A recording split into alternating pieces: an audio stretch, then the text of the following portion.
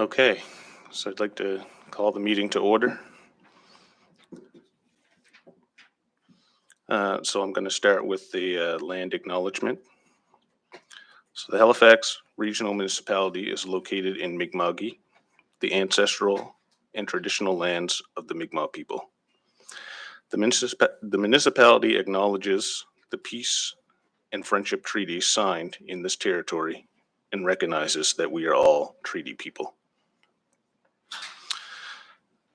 So I'd like to ask the members who are present to state their name and the community that they're representing. And I'm going to start with Daryl. Daryl Johnson, originally from Beachville, but representing Cole Harbor.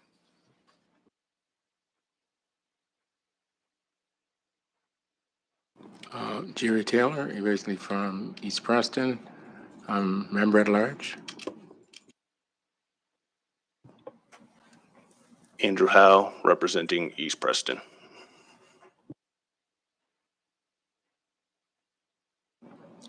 Councillor Iona Stoddard, representing Beachville, Lakeside, Timberley, Clayton Park West, and Wedgwood. I'm Taylor Carvery. I'm a descendant of Africville.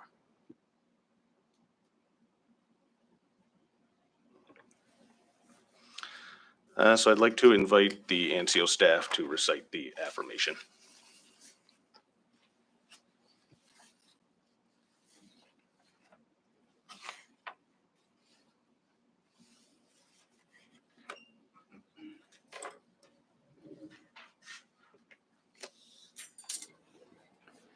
So we humbly acknowledge and celebrate the profound contributions of people of African descent in shaping Nova Scotia's rich history and vibrant culture.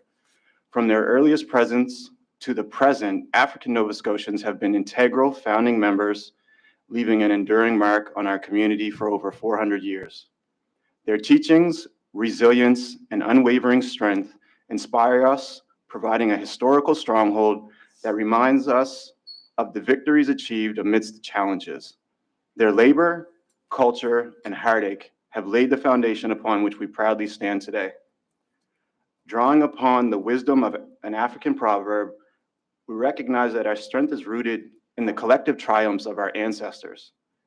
We are guided by their enduring spirit as we face contemporary challenges and strive for a more inclusive, equitable, and united future. In this space, we commit to honoring the rich contributions of people of African descent, fostering a community that celebrates diversity, equality, and unity. Together, let us build upon the legacy of our ancestors, drawing strength from their experiences as we work toward a more just and compassionate society for all.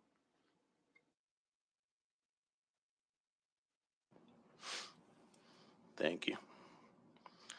So the approval of minutes from January 10th, 2024. Do members have any errors or omissions to the minutes of January 10th, 2024?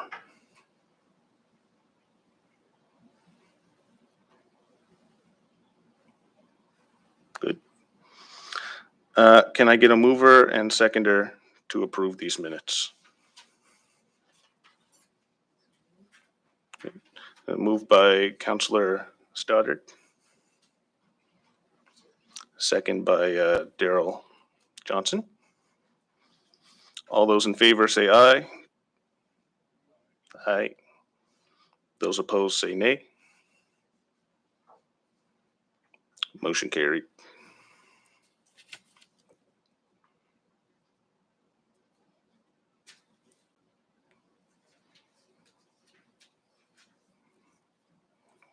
Okay. So approval of the order of business and approval of additions and deletions. Krista, do we have any additions or deletions to the agenda? There are no additions or deletions from the clerk's office. Thank you. Do members have any additions or deletions to the agenda?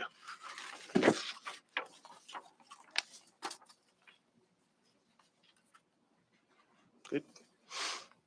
So can I get a mover and seconder to approve the order of business as presented?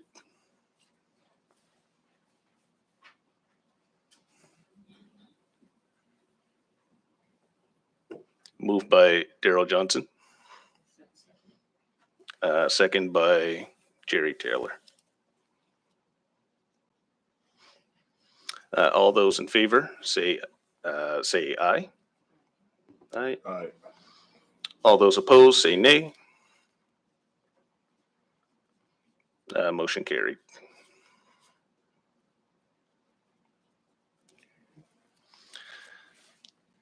So business arising out of the minutes, so there's no business arising from the previous minutes.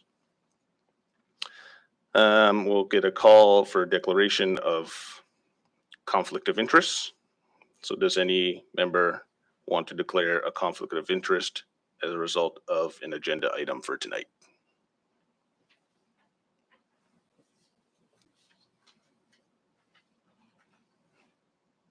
All good, moving on.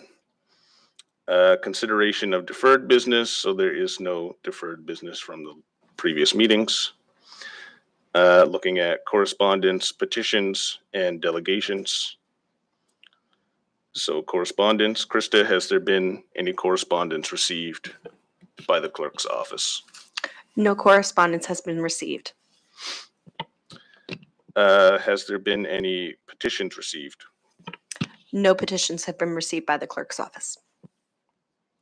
Do any members have any petitions? Yes, I have back to correspondence. There was a letter sent by, I don't remember her name, to this committee about 3 months ago regarding Africville, and it hasn't come forward. Does anybody know the problem with it was confusing because it was addressed to me, but it was addressed to the committee at the same time. And I'm wondering, what's the procedure there? How does that come forward? It was a long letter about Africville and their opinion about it. And I sent a letter asking direction about that. I didn't know how to proceed on it. So through you, Jerry, to the vice chair, if you can forward that to clerks at halifax.ca or myself or even Dorothy, we can see if it's been logged and we'll make sure that that gets circulated to the members. I can't speak to whether or not it was provided to our office originally. If they forwarded to you and said it was to you and the committee, but if they didn't include the clerk's office, it may not have made it that far. But that's something you and I can take away, and we can ensure that it gets circulated.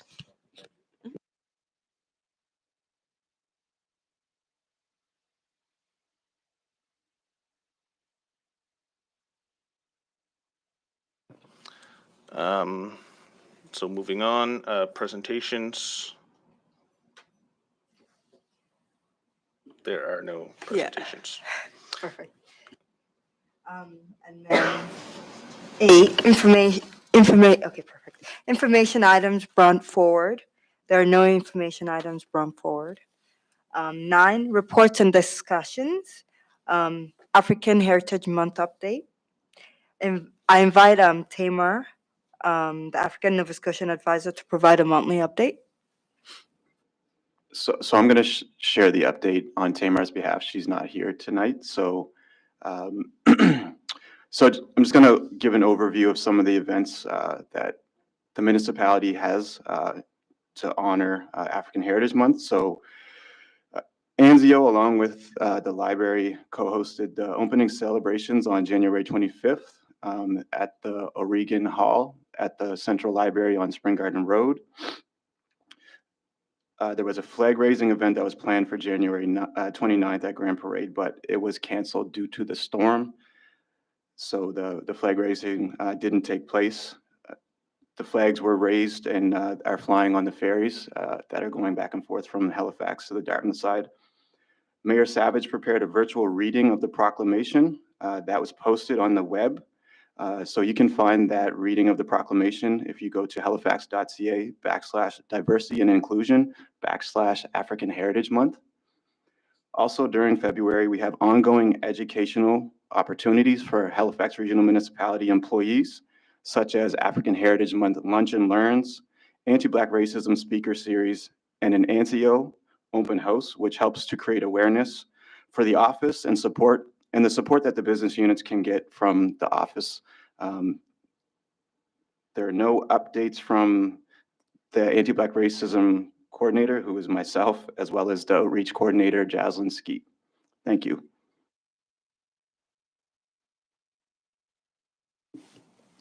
Thank you. So, African Nova Scotian Community Action Plan. Can I invite Miles, Principal Planner, and Devon, Advisor of the Diversity and Inclusion Regional Planning, to give a presentation? And then after the presentation, everyone will have a chance to ask questions. Perfect. So, hey, thanks for having me here today. My name is Devin Paris. my name is Devin Paris. I am from the Office of Diversity and Inclusion and African Nova Scotian Affairs Integration Office, and I am a diversity and inclusion advisor for planning and development. So, along with my role in planning and development, I'm also an advisor for this new program that we have here today called the African Nova Scotian Community Action Program. My colleague here today, Miles Agar, who's just in the back over here, he is the principal planner for this program. So the African Nova Scotian Community Action Program is a brand new program over in planning and development that looks to partner with African Nova Scotian communities to create long-range planning solutions and extend municipal services to African Nova Scotian communities that are traditionally been under-serviced by the municipality.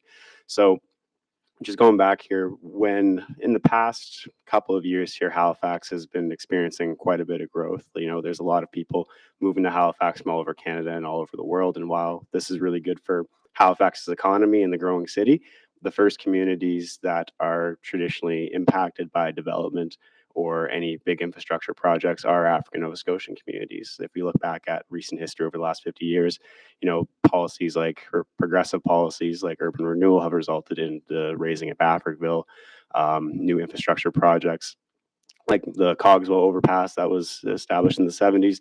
Was a lot of lands that were used in the overpass were expropriated from African Nova Scotian, urban indigenous, and LGBTQ communities. And nowadays, when we have all this rapid development in Halifax, a lot of the communities that face this first are rural and suburban African Nova Scotian communities. So this program is partially in place to really achieve two things. So one is to make sure that we have community action program, or we have a community action plan for African Nova Scotian communities that outlines how communities want to envision themselves going forward and extend those services to the community, and also ensure that we have the unit within planning and development that's advocating on internal policies that benefit African Nova Scotian communities.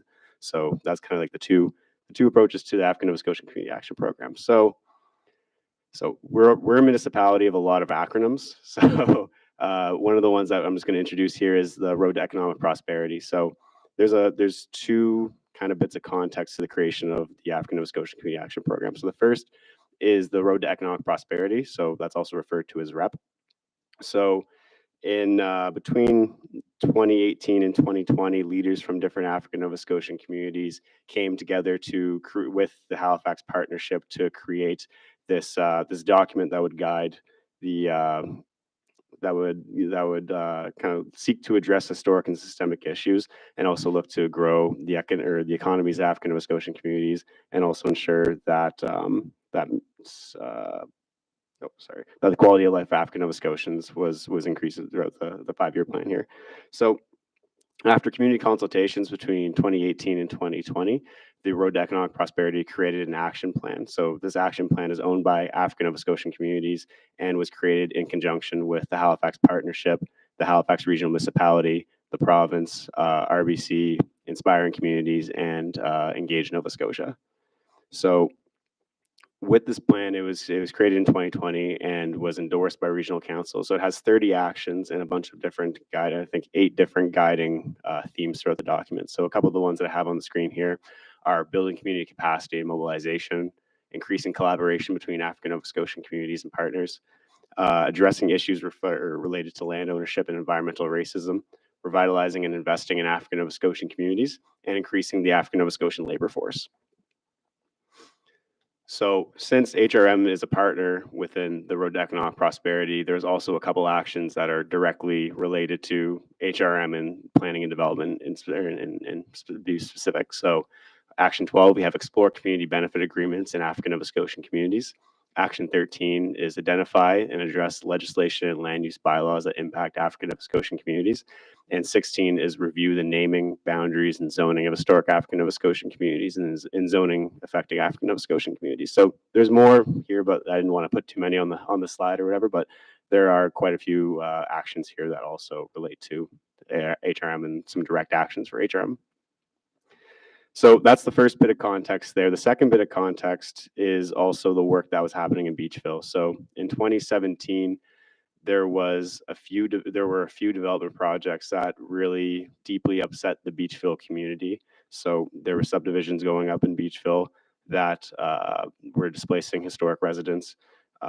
There were threatening cultural heritage, challenging like infrastructure that had already been outdated in the community, and overall squeezing out the community and decreasing the boundaries of historical African Nova Scotian community of Beachville. So Beachville advocated for itself heavily and caught the attention of HRM, who directed staff to work with the Beachville community. So originally there was staff from development services and some of the regional planning side of planning and development working with the community.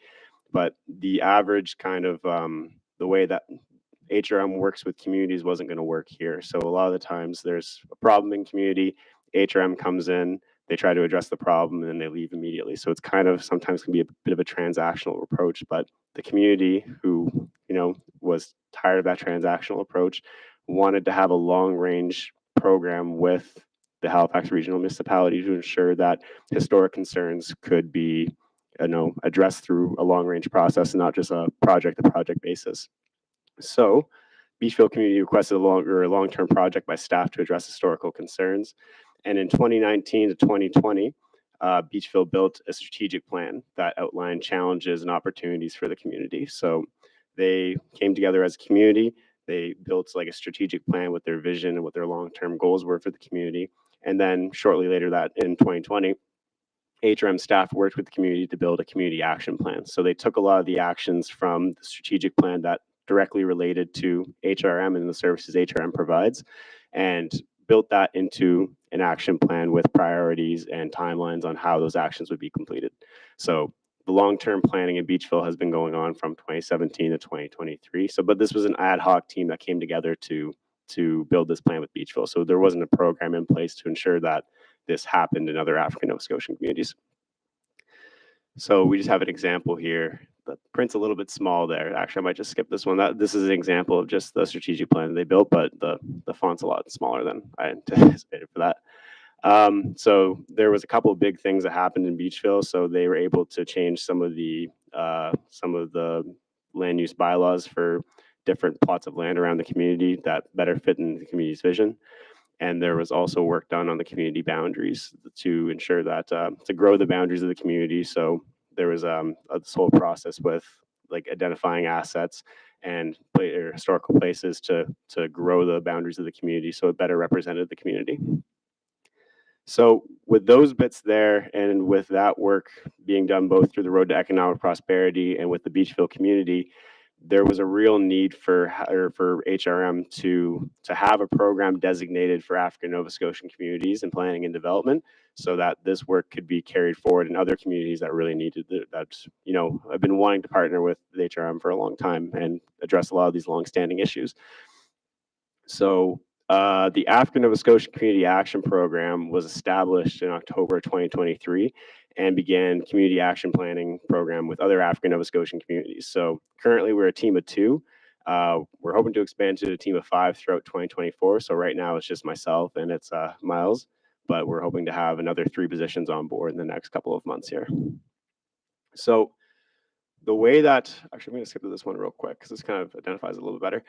So there's kind of a method in which in which the Road to Economic Prosperity and the African Nova Scotian Community Action Program work together with communities. So first, the Road to Economic Prosperity builds strategic action plans with African Nova Scotian communities and help build capacity so communities can advocate for themselves strongly. So the Road to Economic Prosperity will work with different African Nova Scotian organizations and leaders in the community and build capacity and ensure that the community is intact to be able to advocate for itself as strongly as possible.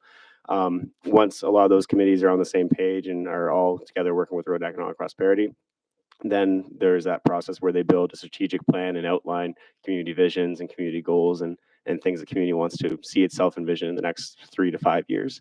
So once communities have that plan on board, and if they want to partner with HRM, we have the African Nova Scotian Community Action Program and Community Action Plan that goes from that. So community and HRM work together to address the different actions in their strategic plan that directly relate to Halifax Regional Municipality.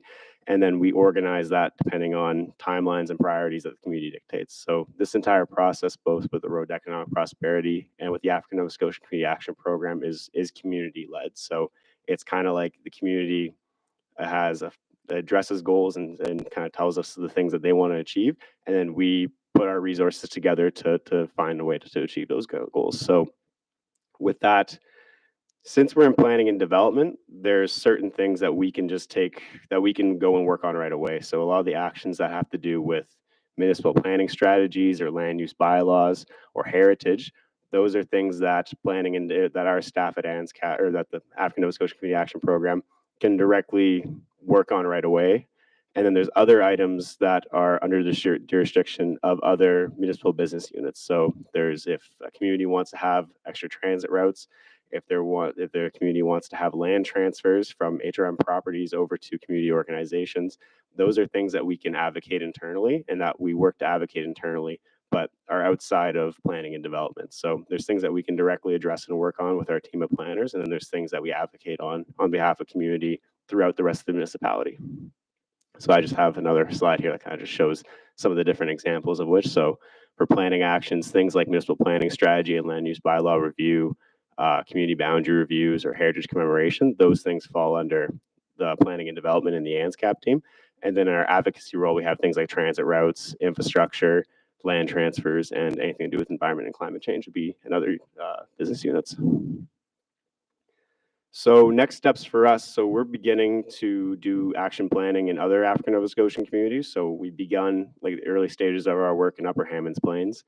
We're in early conversations with Lucasville and East Preston. So those communities are still working with the Road to Economic Prosperity and are working through their strategic plans. So they're probably going to be, we'll see how we partner in the next year or so. And then we're also working on starting more planners hiring for more planners in the African Nova Scotian Community Action Planning team. So we have our 2 positions right now. We're hoping to expand to 5 in the next couple of months here. And as we move along here, we're just trying to, create better connections with different communities and community organizations, and begin to have regular check-ins and really start to open those lines of communication. So that's all I have here today for the African Nova Scotian Community Action Program. If you have any questions, feel free to ask them, and we can do our best to answer. And thank you. Oh, and that's our contacts right there.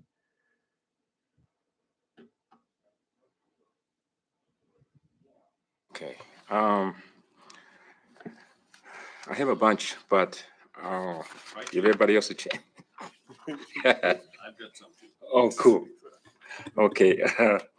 The connection, okay, what's happening in Beachville, and exact same thing is happening in Hammonds Plains, where the people are being forced off their property, and property is taken from them. Has been any thought on having those 2 communities work together? Because it seems to be the same people doing the damage.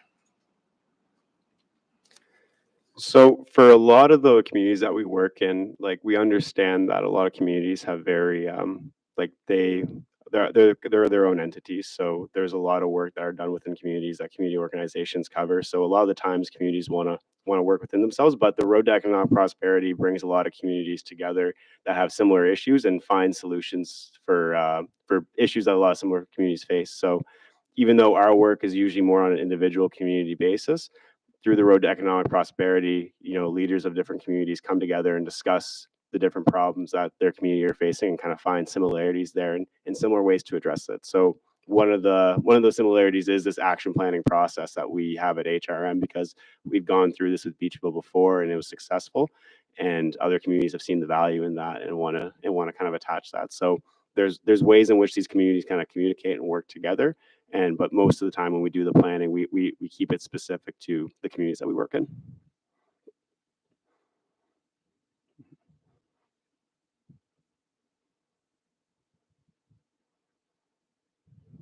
Do a follow-up?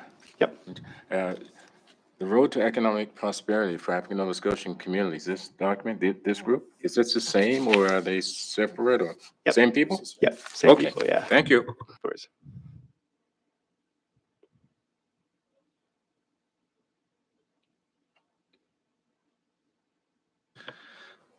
So one of the things I'm wondering is in those conversations that you're having in where was it? In Lucasville and East Preston, I'm curious about how those conversations start. What are the groups that you're connecting with, and that sort of thing? Right. So since these projects are community led, we really wait until we're invited by a community to come in, because we don't want to come in and say, we have this brand new thing and you want to be a part of it and go about it that way. So we really wait for community to invite us in.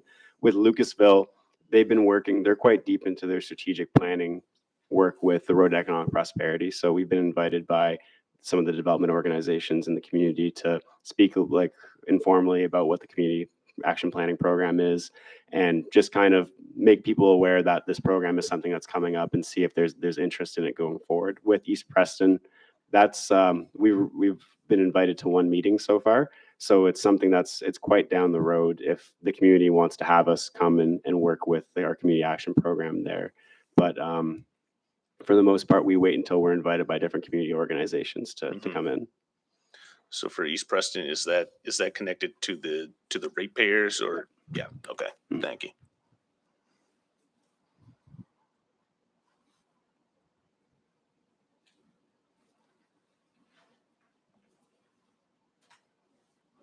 Am I able to ask another? Oh, yeah, go ahead. Hi, Devin. Apologies, folks, for my tardiness. Thank you for your patience. I just had a question about the hiring of African Nova Scotian planners. I understand that there's a real lack of planning professionals kind of in the pipeline to be able to have, consistent amount of African Nova Scotian planners represented within the department. How are you navigating that gap in kind of the pipeline with African Nova Scotian planners, and also how are you addressing the barriers that some aspiring African Nova Scotian planners perhaps might face getting into the profession, given the kind of credentials maybe that traditionally are looked for? Right. So with some of the job applications that we have, traditionally with a lot of planning job applications, you have to have a certain amount of credentials. You need to be licensed in the professional planning degree, all that stuff. So we have been trying to build positions that don't have that same requirements, so that folks who are working on a planning degree or who have like a limited amount of planning experience but a degree in planning could go into those roles. So for some of the more planning heavy positions, there's a couple of different positions that we have here. So there's the African Nova Scotian lead position that works on engagement and working in the community. So that position doesn't have a requirement for a planning degree. It's more of an open degree for someone who has experience working in the community. So we're looking for people outside of the planning profession who have the skills to be able to engage with the community and work with communities and do that kind of work. So we're trying to fix some of the positions so that there doesn't have to be that classic, like you do your planning, your master's in planning, and then you go into a career in planning. So we're trying to play with it a little bit that way. With newer folks who maybe don't have the same experience, or who have a planning degree, don't have the same experience, or have maybe an architecture degree or an engineering degree, we have a junior position through the Bridging the Gap internship that has some, the job application isn't as stringent as it might be for a planner 1 or a planner 2 or a planner 3 in planning and development. So we're using different programs to make sure that we have positions open for African Nova Scotians to be a part of this program and grow within planning and development.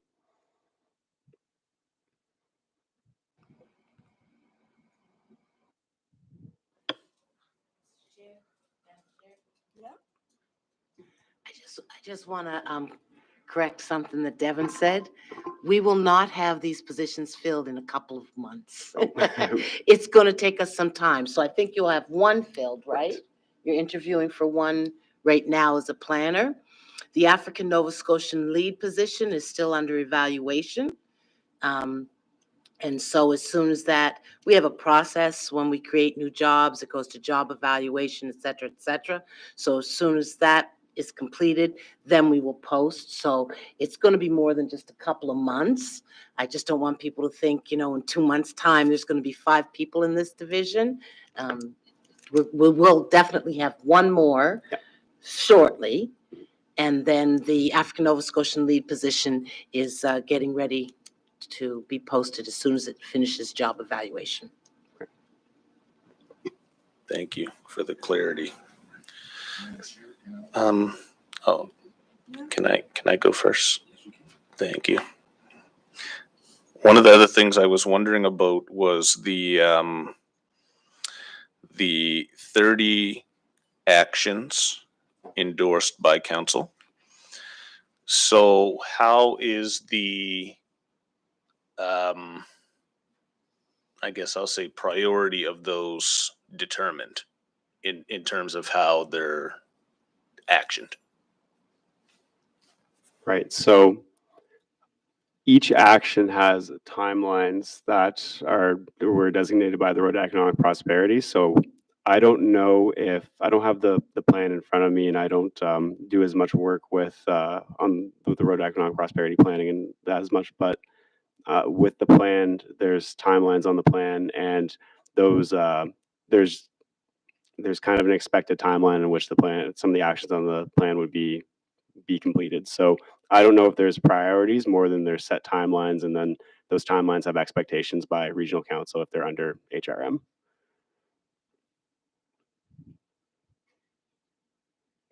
We also have an annual report with the Road Economic Prosperity Plan through the ANSIO, or through African Nova Scotian Affairs Integration Office. So we have updates that are publicized on how we're doing with the actions with the Road to Economic Prosperity.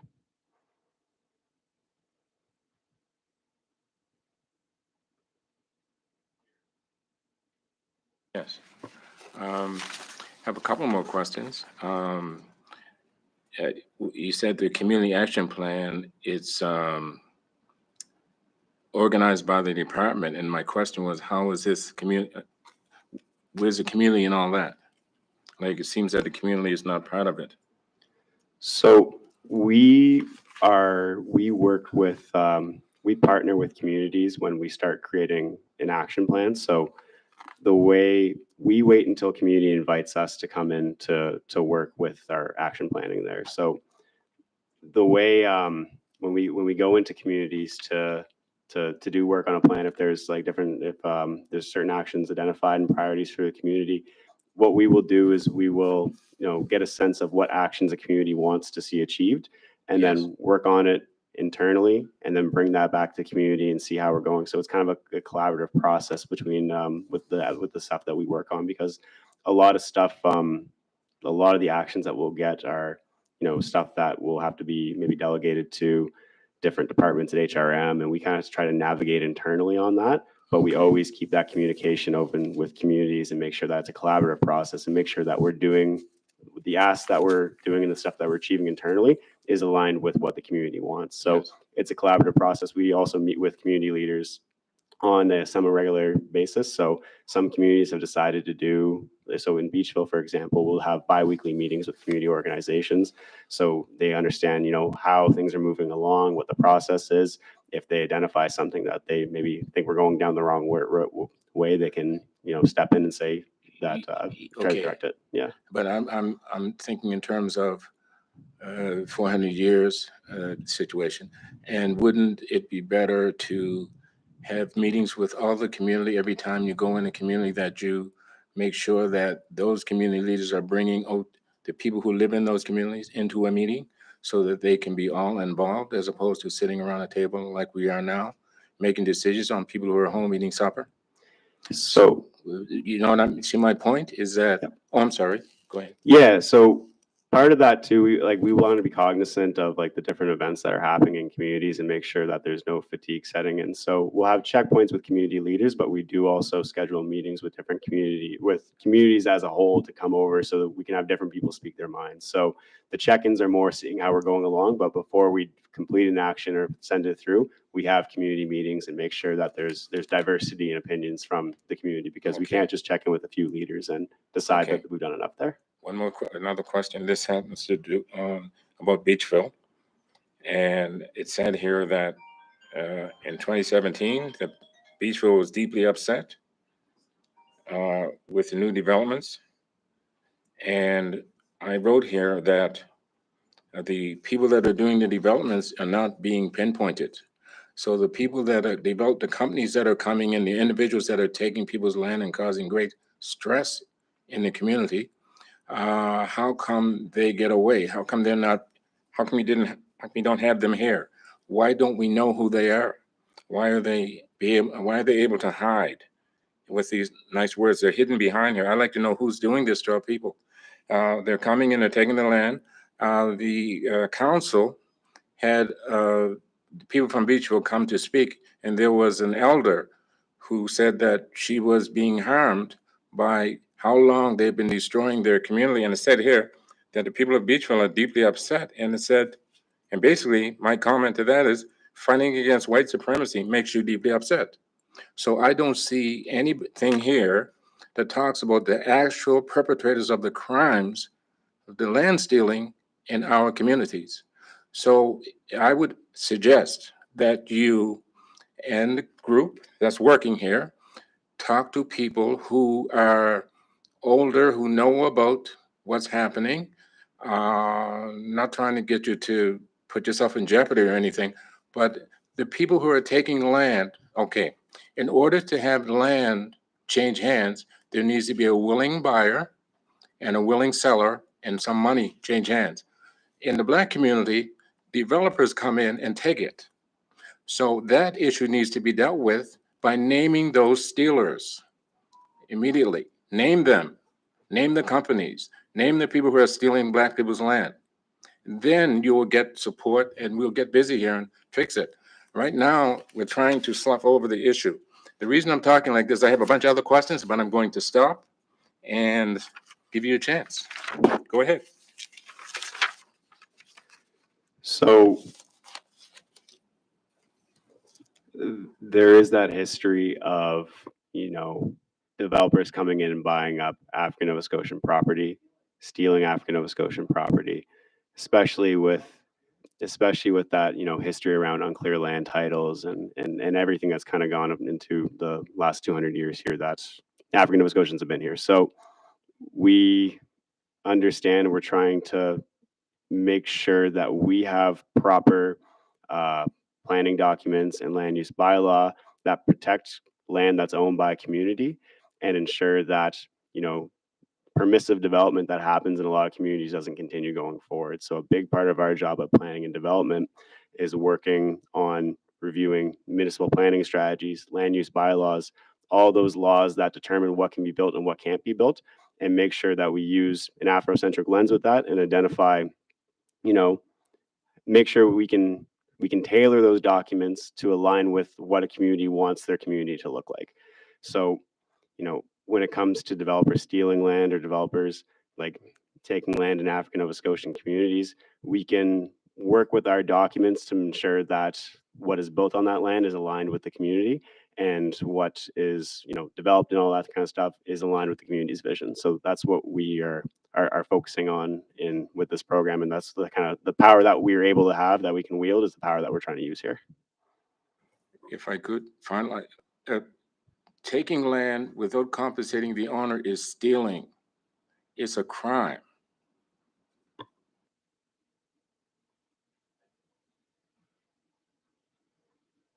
I just have a oh, sorry. No, I was just going to speak to Devon's point. Really, what we're confined by, Member Taylor, is the policies that we currently work within. So the reason that the community action planning was put in place and why Beachville was leading this was exactly your concerns. We've got developers coming in, developing in our community without consulting us, taking, Miles, you can remember this, and maps, you can remember this, the burial path to the church, et cetera, et cetera. So Beachville came to us and were very clear this wasn't going to happen anymore. So a lot of it is their work that has said, if there's going to be planning in our communities, we want to be at the forefront. We want to have a say. So through the planning division, there was this is why this has been created, the African Nova Scotian Community Action Planning, so that it's not just developers now just, I'm going to develop this, I'm going to do this. It's really trying and supporting communities to have more of a say. Now, your piece about stolen lands, I'm not sure that this team or our team can really accurately answer that or address that. That's probably way above us. That's probably a conversation for an executive director, CAO, perhaps. But what we're doing and what planning is doing is trying to ensure moving forward, because we're seeing now with this whole crisis about housing, there's going to be that jump. Oh, well, there's land out by East Preston and North Preston and Ammons. And the communities are saying, no, you can't have it. No, you can't do it.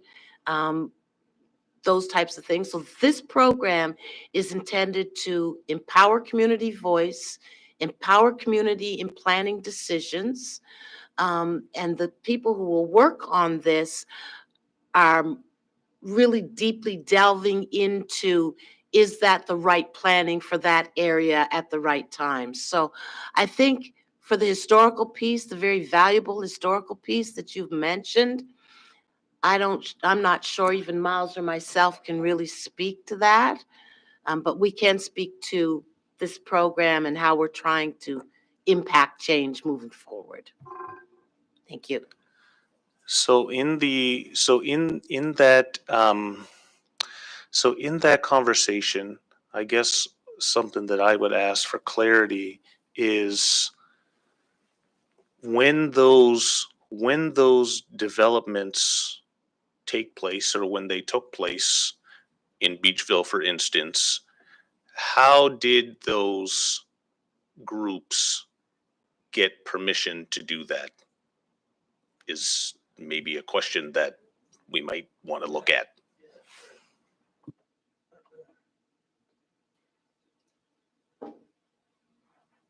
Thank you for the question, Vice Chair. And again, Miles Zagar. So I'm a principal planner with regional planning and was involved with the Beachville work dating back to 2017. So the zoning that applies in the community of Beachville today is part of a planning strategy that was put together by the former county that includes Timberley and Lakeside. And so there's not a unique zoning approach that acknowledges the history of Beachville. And so the planning policies enable developers to make those requests to develop. Those happened in the 1990s before amalgamation with Beachville Estates, and then have happened more recently with the development that's occurring across the street. So there is, to kind of come back to what action planning can help with in community, is the zoning piece. So Beachville identified the community that there were also other large tracts of land that were held in developer ownership that they had the sense were probably coming next for an ask under those previous approval approaches. And so the community, as part of their action planning, said, we do not want that. We want the zoning to change right now. And so because we have the power in planning and development, we wrote a report to council and said to council, we recommend, here's what's the community saying, we recommend that the zoning be changed and the development rights that are applied be removed.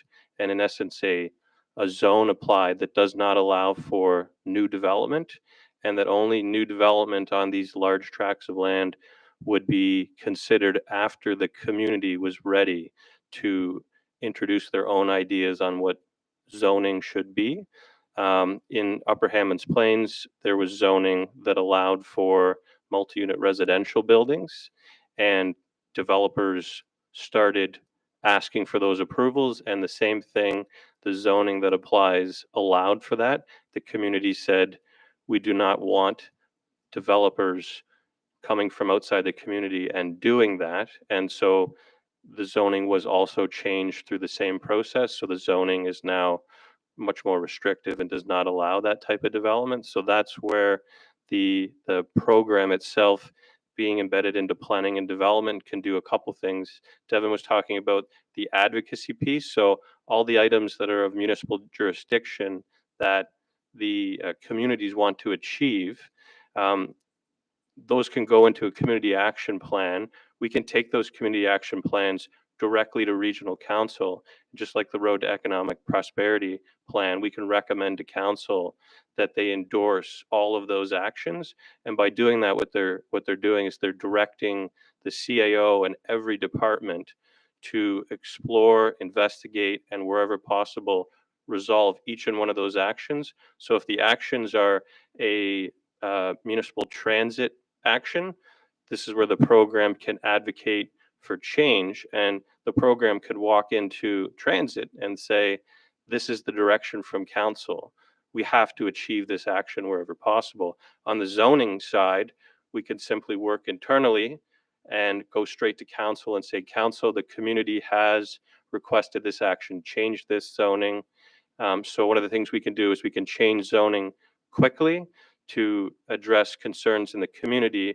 And then we could also work more long-term with community to establish a clear community vision that can then be written into brand new planning policies and brand new zoning that is customized for community.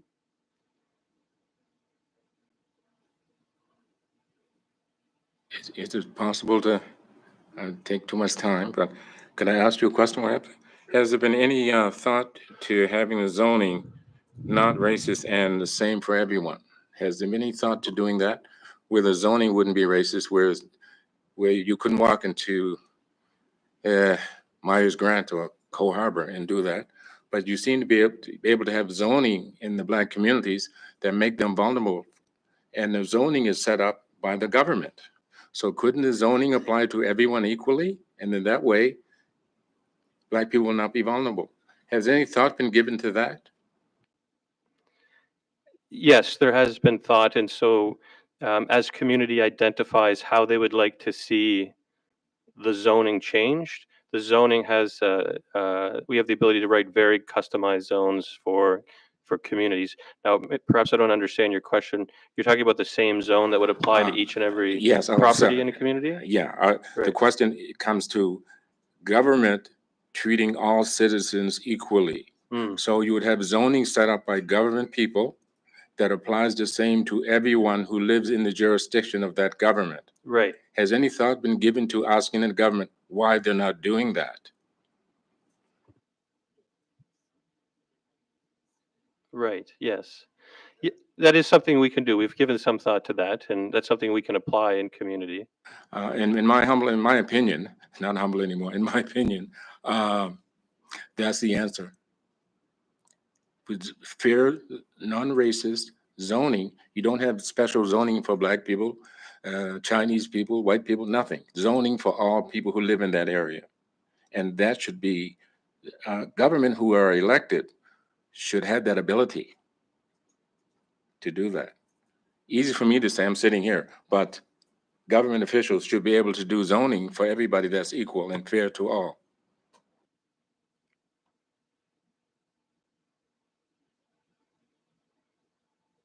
Is there any other questions before? Oh, Just one question, more of an opportunity, really. I'm thinking, has the department explored formalizing Afrocentric lenses and approaches to engagement? So lenses for policy development and approaches to engagement, so Afrocentric practices. Because from my understanding, the Action Planning Initiative is implicitly Afrocentric because right now it's focusing on African Nova Scotian communities. But have you folks considered formally embedding some of the Afrocentric principles, practices, et cetera, into an approach that can, then be sustained throughout all of the practices within planning? Excellent question. Yeah. So we're currently doing a number of things in planning development. One is reviewing our regional municipal planning strategy. And so that's one of the things that's in our draft plan that's top of mind, which is, in essence, it's speaking to community-led consultation so that community establishes the way that they would like to consult. They create their own strategies for engagement. And then that ends up being the way that engagement occurs. And we, in our draft planning regional plan, we have that in there now, which if approved and even if not approved, the way that this program will work is it will use that Afrocentric lens and that community-led engagement approach, so that the community engagement and that process is not something that's created by staff. It's something that's created by community, and then we could take that to council, have council endorse those, and then those are the steps that we will be following. So in essence, that it is something that we're putting into our regional plan now, which will direct the way that community engagement occurs across the board in planning and development.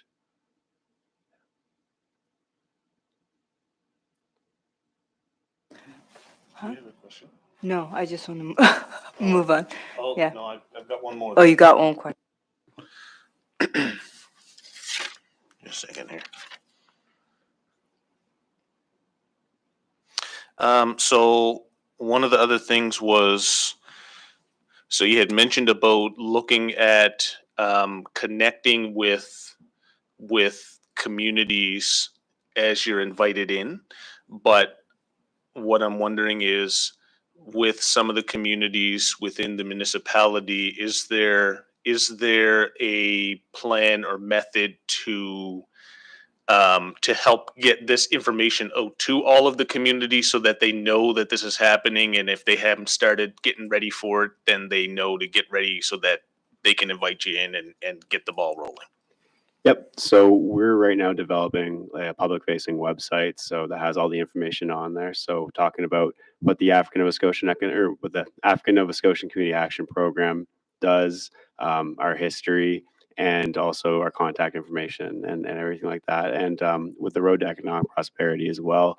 I sit on the Road to Economic Prosperity as a staff member from Halifax Regional Municipality, and we also have different leaders from different communities that sit on that board as well. So that helps us get the word out there, as well as different leaders can talk to different organizations in their communities. And then we also have our website and all of our public facing information as well.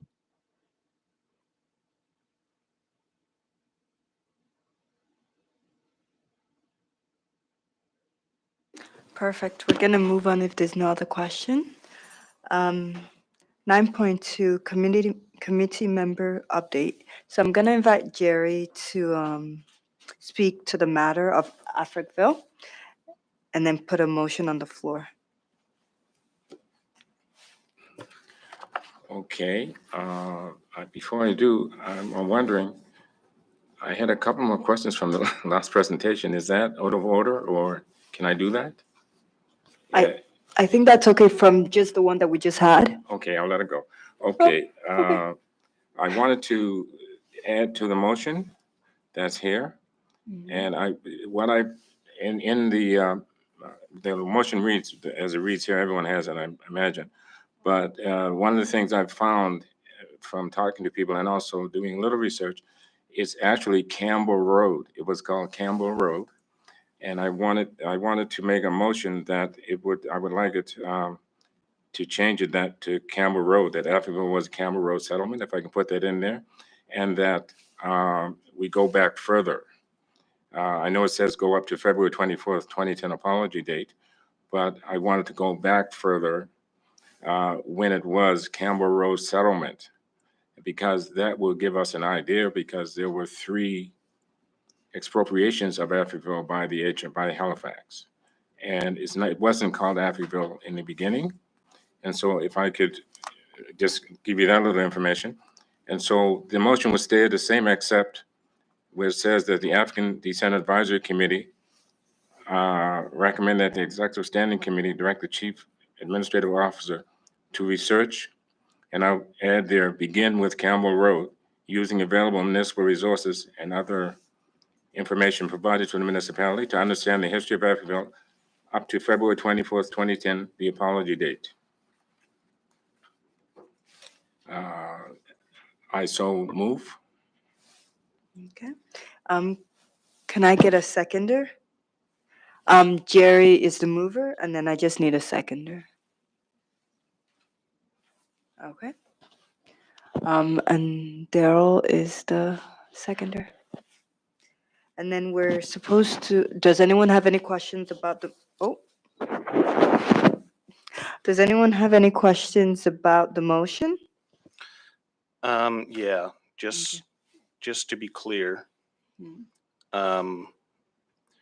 So you're saying that you want them to research beginning with Campbell Road? Settlement, yes, Campbell Road settlement. Yeah, sorry. Because that describes the whole picture of Africville. Africville was where a lot of the people were settled, but it was within the Campbell Road settlement, which belonged to the people of Africville. But that has been blocked from the written documents. And so I would like to show that when you do a little research, you see Campbell Road settlement was where Africville was in. And Campbell Road settlement was given to the Black people who lived in Africville. A little confusing, but it was a huge place. It's part of Bedford. And so I would like to see more information instead of going on me and what I know or think I know, to have somebody do the proper research.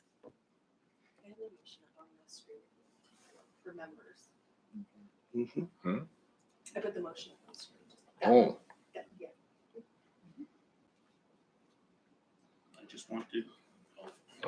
I just want to be clear, before we vote on it, what the change was that you were putting in there.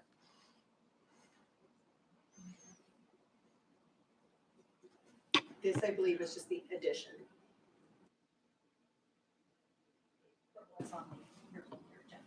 Perfect. Clear on that? Everyone good? Okay. Okay. Thank you. All those in favor say yay, and then all those opposed say nay. Yay. Yeah. Okay. So the motion has been carried. So now we're gonna move on to 9.2.2, work plan discussion. She's not here, so we're gonna defer it. Can we have a motion to defer it to the next meeting? I need a mover and a seconder. I'll move it. Okay. Perfect. Thank you. So Renee is not here today, so we're gonna move the work plan discussion. So who moved it? You moved it. You have to say it. Oh, Say it. sorry. Yeah. I'm sorry. Andrew moved it. And then, I'm sorry, who seconded it again? Okay, and then Maps seconded it. Thank you. Perfect. And then all those in favor say yay, and then all those opposed say nay. Yay. Perfect. So it's been declared that the motion has been carried forward, which it has. And then number 10, added items, none. The date of next meeting. Excuse me, Madam Chair, I have one, if Okay. possible. If I'm let me know if I'm out of order, but I wanted to bring something to the next meeting, another agenda item. Is this the right place to do it? You can take that away offline. Yeah, we can take that away offline. How about that? Pardon me? Can we hear it offline? Maybe at our next agenda meeting? Yeah, I was going to say the clerk's office will reach out to all members for items for the next meeting, and you can share that item at that time, and then we'll review it at agenda review. One question, how do I bring a motion forward for the next meeting? Wouldn't I bring it up now, or? You can give notice of motion, Yes. certainly, but if anything too, is that we can just take that offline and get that information and review it at agenda review too.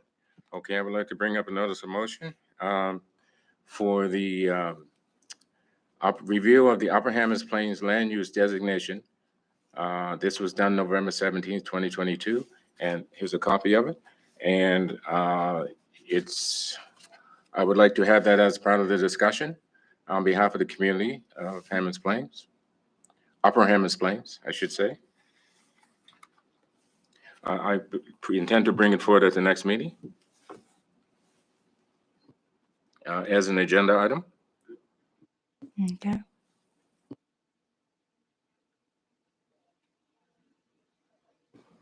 So our next meeting is March 21st, 2024.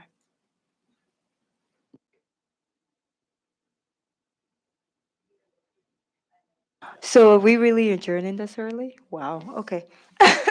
Um, 12 is adjournment. Can I get a mover to adjourn this meeting? Okay, perfect. Meeting adjourned.